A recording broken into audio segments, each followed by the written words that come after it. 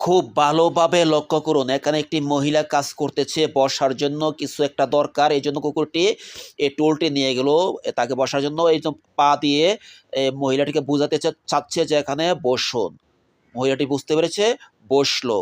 যেহেতু কুকুরটির উপর দায়িত্ব প্রতিদিনের জন্য তাকে বাজার করতে হয়, এইজন্য ঝুড়িটি নিয়ে গেল, বুঝাতে চাচ্ছে যে এখানে টাকা দিন।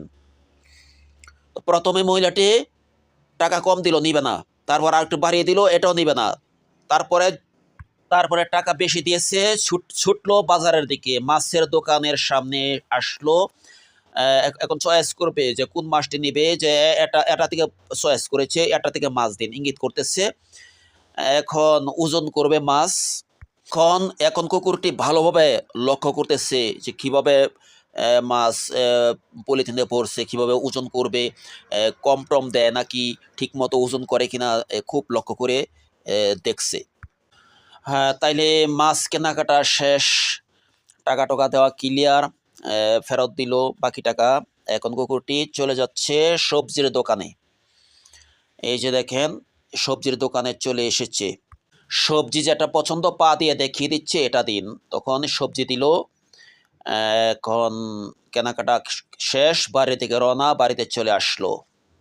দেখলাম তো কুকুরটির কতটা বুদ্ধি, বুঝাতে চাচ্ছে যে আমি বাজার নিয়ে আসছি, নেন।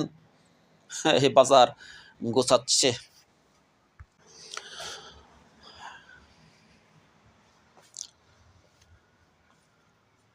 দারুণ বুদ্ধি। এবার দেখেন, মহিলাটির স্বামী একটি কমলা দিল মহিলাটিকে খাওয়ার জন্য। এখন কুকুরটি দেখতেছে মহিলাটির হাতে ময়লাযুক্ত হাত দিয়ে খাবারটি খাওয়া উচিত হবে না। এই জন্য কুকুরটি রুমাল নিয়ে আসছে, যে রুমাল দিয়ে হাত মুছে তারপরে আপনি ফল খান।